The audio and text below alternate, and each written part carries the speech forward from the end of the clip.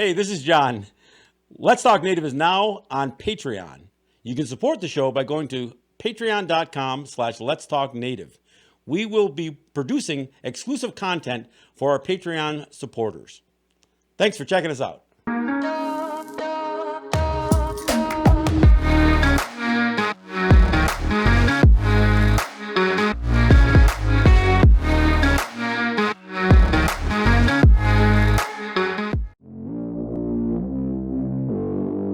Let's Talk Native is produced at the LTN Studios on the Cattaraugus territory of the Seneca Nation.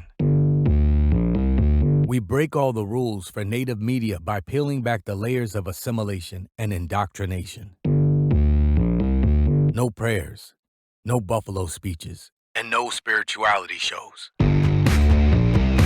While this podcast does not provide a path to spiritual enlightenment, we do take a tough look at history, oppression, and our survival. We highlight the voices of Native activists, writers, poets, artists, thinkers, and musicians who are fighting for the rights of Indigenous people all over Turtle Island. We may step on a few toes through our examination of culture, art, politics, history, and identity. But the real goal here is to bring our people together by breaking down what separates us. In this moment of historical change and social justice, our voices matter now more than ever before. So, welcome to Let's Talk Native with John Kane. So hello and welcome to Let's Talk Native. I am John Kane, and this is a special broadcast. We're doing this on Monday night. Tomorrow night is the U.S. election, and it's going to be overwhelming for everybody. So I don't want to do a show on that Tuesday night. So we're doing it tonight as well, or instead. And we'll do a shorter program here. There's so much going on. But I did want to address you, and I did want to talk about a few things. And part of what I talk about is, what are we gonna do? What is gonna be our activity after tomorrow night? I mean, there's a lot of craziness that is still potentially going to happen. I don't think there's going to be an answer to many questions. I mean, it could be. I mean, it could be a landslide win for one or the other tomorrow. Who knows? I mean, but the likelihood is there is going to be problems. As I said in my last program, those aren't our problems. And so whether there's a contested election or whether there's an ugly or awkward transfer of power. And remember, the election is tomorrow night, but the new president or the president isn't confirmed until January. So whatever's going to happen, it isn't going to all happen in one day. Even the down ballot elections, whatever senators get defeated or reelected or whatever else, that doesn't take till January. But there's just going to be a lot of awkwardness, and there's going to be a lot of uncertainty, and there's the potential for violence. Look, you've had a lot of the protests over racial injustice and social injustice happening, and riots in the street. You still got cops killing, black people, unarmed people of color. It seems like on a regular basis. They don't seem to know how to avoid it. They don't seem to be able to help themselves to murder people.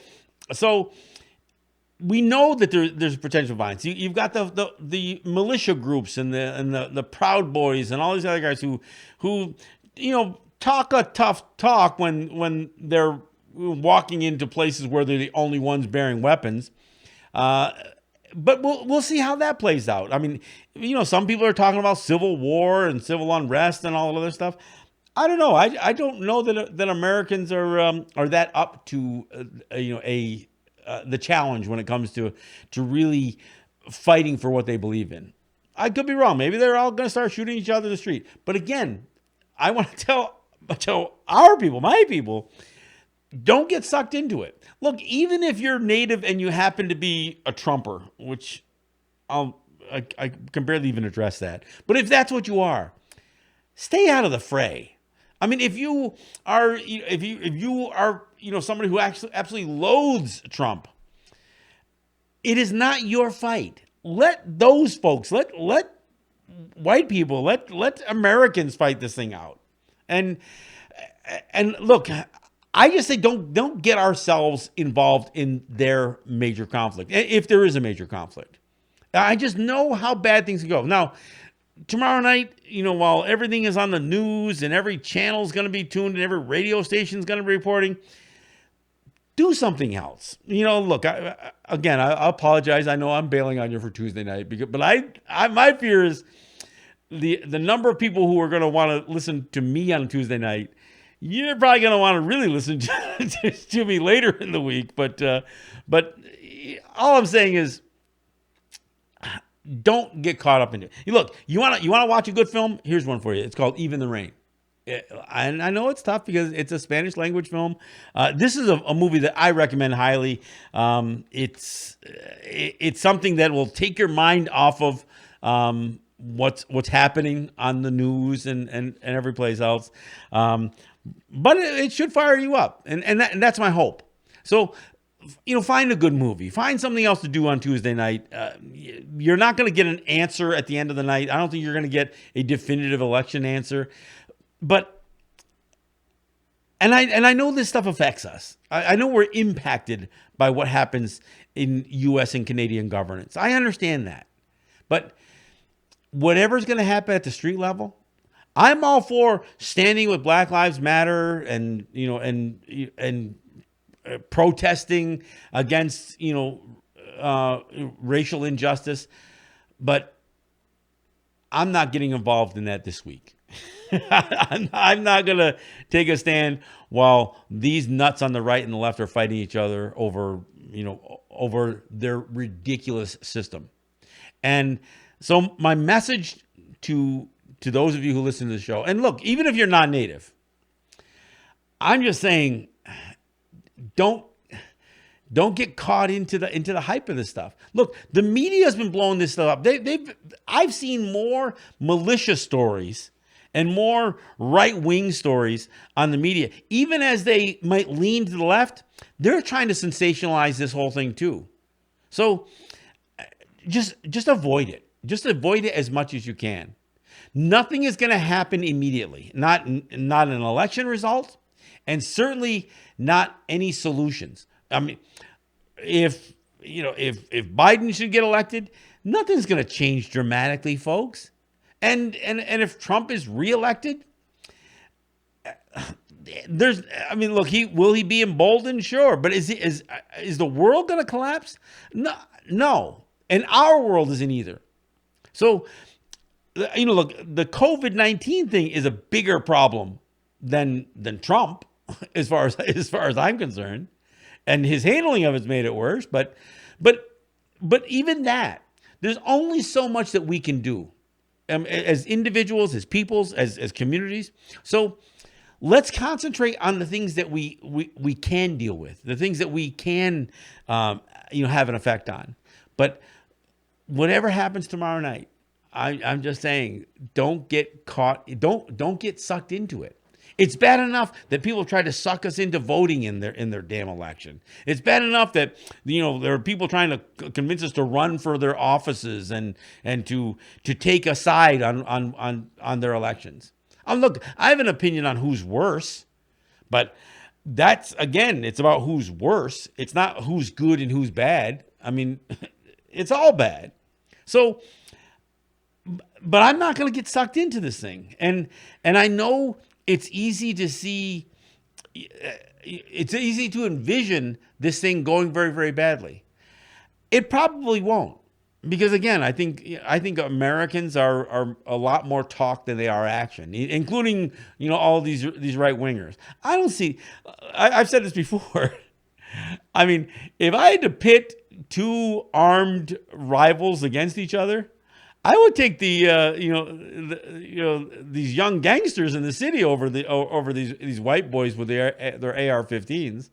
So I'm not gonna get too caught up in what they do to each other, but I'm watching it, and as I watch how two sides, or the right and the left, the Democrats, the Republicans, whatever, however you want to identify them, how they sort through this next phase of of their politics, I'm going to be looking for our opportunities to to again draw more distinction to ourselves, that and say, no, I'm not getting, I'm not going to be a part of that. Not only am I not going to vote in your election, but I'm also not going to riot in the streets after your election.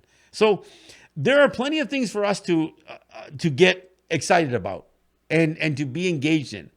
And I'd rather be taking on some folks trying to, trying to appropriate our lands in Six Nations, or trying to vandalize, Mi'kmaq fishermen or whatever else. I would rather take that stand than to get engaged in their election debacle. So I know tomorrow night's going to be it's interesting. I mean, honestly, I'm going to tell you right now, I think this is an incredible time to be alive because there is so much happening. I mean, look, even this pandemic issue. I mean, I don't feel like I'm at tremendous risk. I don't feel like my life is in jeopardy, but it is, at some level. But to live through this time and the dramatic effects that it's having on our lives, on our kids, on our schools. Look, I've got a teenage grandson who may not play basketball this and look, you only have so many years when you're in high school. He's a junior. So I would feel like I was deprived of something. But you can't put a higher priority on your grandchild playing basketball than you can on people losing their lives. So again, as we see the world around us in this really incredible time, look, between social and racial justice issues, between corruption and the deepest lines of factionalism in American politics that I've ever seen in my lifetime. Look, I'm old enough that race riots are at the earliest parts of my memory. One of the earliest things I remember in my life is the assassination of John F. Kennedy. And yet I find this moment in time in American politics to be just an incredible thing to witness. And again, however it works out, and it's not going to work out tomorrow night or next week. This is a longer process, and this is a breakdown. This is a flawed system where all of its flaws are demonstrating itself to the world. And for us as Native people, we have to make sure that we properly identify those flaws and make sure that that's not what's going to affect how we conduct ourselves, how we govern ourselves, what we see in terms of leadership versus responsibility. We have to be more and more responsible, even as the world around us shifts and tumbles or breaks down. I think this is an incredible time to be alive. I think I'm going to be able to witness things in my lifetime that, and because I'm such a student of this kind of thing, I am going to have takeaways from this that others may not. And so this is an incredible time to witness what's happening to this American experiment and their claim to this great democracy. Watching it unravel. Look, I've said it before. Maybe there's a part of me that's so vindictive that I'm enjoying some of this. Well, I can't say that's not entirely true or entirely not true, I guess. I mean, I look at some of what is happening in the United States and I'm thinking, yeah, good for them. They deserved 4 years of Trump. Maybe they deserve another 4 more years. I don't know. But as I say that, as I see, what I'm saying is that that's their system. And we have to, have to not get sucked into it. So tomorrow night, as some of the totals come in, and I'm convinced that this is going to drag on for weeks, especially if anything appears to be close. If it's close, this could be not just a constitutional crisis for the United States, but you're going to see, because here's the thing, let's keep in mind, Trump controls the Justice Department. He has a lopsided right-wing majority on the Supreme Court. Every police department in the United States, their police unions have endorsed Donald Trump. So he has the might on his side. And he has the power of the Supreme Court, the power of the Justice Department, the power of the military, although they keep saying they're not going to get involved in this thing. But he certainly has the power of the police departments. Most of these police departments are endorse Trump.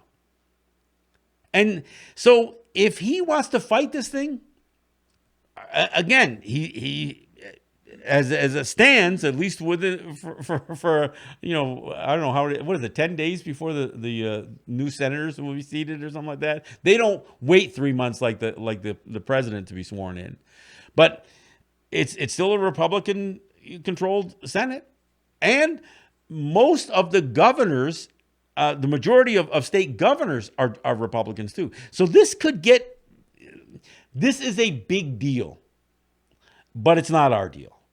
It's a big deal, and we have to watch and let it play out. And we should learn from the flaws that are going to be demonstrated here. There's a lot that's on display, folks. As you've seen a crazy a Trump presidency and the flaws that led to that. I mean, think about how he gets elected with 3 million fewer votes than Hillary Clinton.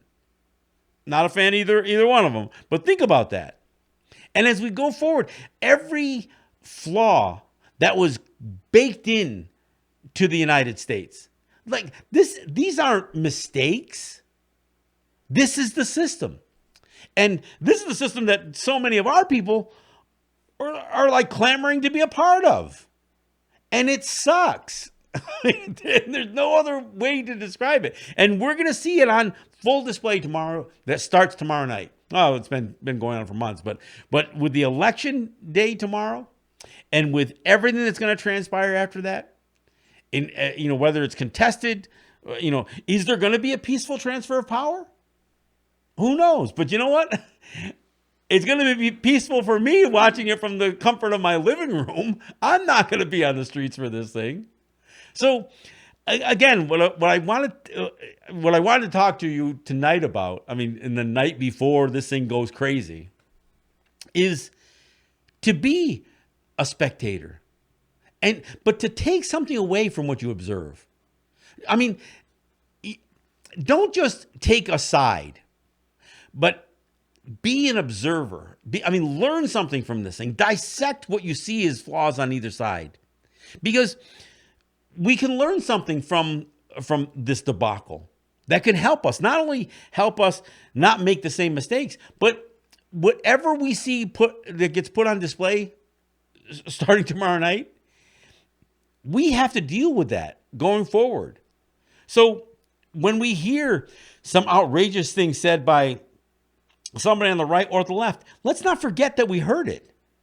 And yet, let's just remember that these are vindictive people on both sides of this argument. Look, this factionalism that exists in the United States, it's not one side, it's two-sided. But the one thing that they both agree upon is and I'm going to say it, white supremacy. The majority of Democrats are still white. I mean, it just is. I mean, the majority of Republicans are white. And when push comes to shove, they are protecting their self-interest. Now, I will say that people of color have a bigger stake on the Democratic side, and they have more influence there than they do with the Republicans. But again, even within that faction, you're going to have different interests at play. But we aren't protected by either side of this thing. Look, as much as I'll stand with Black Lives Matter isn't necessarily going to, fight for what we fight for, because we're fighting for distinction. We're not just fighting for racial equity. We're fighting for distinction. So our goals are a little bit different. I'm all for racial equity. I'm all for social equity. I'm all for, for real justice. Again, I'm more for equity than I am for justice, because here's the thing about justice. It's all about enforcing laws written by white people. And no matter what happens, with the election tomorrow and what happens over the next several weeks, even with the down ballot races, the Congress and Senate, it is still going to be a white dominated government that is pursuing what they consider to be the American dream, which is not ours. So I just, again, a much abbreviated show tonight. I just wanted to, reach out to you so you at least know what I'm thinking and what I'm suggesting to you as far as how to deal with the next several days. And again, first and foremost, just don't get sucked into their conflict. And look, I don't think all hell's going to break loose, but it could. I don't think it's going to. I don't think there is a large enough percentage of the population on either side of whatever disputes may erupt that they're going to be killing each other in the streets or anything else. But whether they do or whether they don't, I don't want to be caught in their crossfire. And I don't want our people to. In fact, what we should do is sit on the sidelines and condemn both. We should sit and openly condemn what we see on either side. And look, we may have more to condemn on one side than the other, but this isn't about taking a side. It's about voicing our own response to what we see. And the other thing we need to respond to is how the media covers things. Because right now, the media, the old adage is if it bleeds, it leads. They want to sensationalize everything. And that's what we've seen. That's how Trump got elected in the first place. He got so much free press in the run-up to the 2016 election. Everybody knew him more than they knew anything else. And it's not because he's like some sort of media genius. He's a buffoon. But you know what? The media loved his buffoonery. They loved this thing. And they're loving it more now. Look, the media has been so engaged in the nonsense, in this circus. Look, one of the shows that's on, I don't know if it's on HBO, it's one of the cable channels, is about the American circus, because that's what they're calling it. And even as they're calling it that, they're promoting it. So again, we have a lot to witness here. And it is an incredible time to be alive to witness some of what we're witnessing. But we need to stay safe. Look, what's happening, what's going to play out, in what could be potentially, some major conflicts. First and foremost, the biggest winner in all this thing may be COVID-19. We've got to protect ourselves. We need to be safe. We need to keep our children safe. We need to keep our elders safe. So let's just look. The television is going to show us everything. The internet, our phones. Look, we can watch this thing play out in real time. We don't need to be engaged in their conflict. So be safe and be observant. We need to learn something from what's going to play out over the next several days, and hopefully what we take away from this is going to be something that serves us going forward. Not because they're going to be the model that we're going to follow, but we're going to see the flaws in what has been their model. The very things that we seem to have been incorporating. And that includes their religious dogma. Because look, they're gonna play religion into all of this stuff. We need to look at this thing saying, man, what a bunch of crap. So that's my advice. My advice is be safe and be observant. And I look forward to having conversations, because some of what they're going to go through and some of what they're going to do to each other, we've got to determine how it impacts us. But we should only be looking at how it unavoidably impacts us. We shouldn't volunteer ourselves to be in. Look, we rushed down to help clean up after 9/11, and our people died of all of that stuff they breathed in. We're so quick to stand up to help. I'm not standing up to help this, and I suggest that none of you do as well. So that's my thoughts. I want to thank you for listening. I know it's a short show. Well, we'll be back at the end of the week to, I guess, to recap. I guess we'll see. So thanks for listening. Thanks for watching. This is John Kane, and this is Let's Talk Native. Yahweh.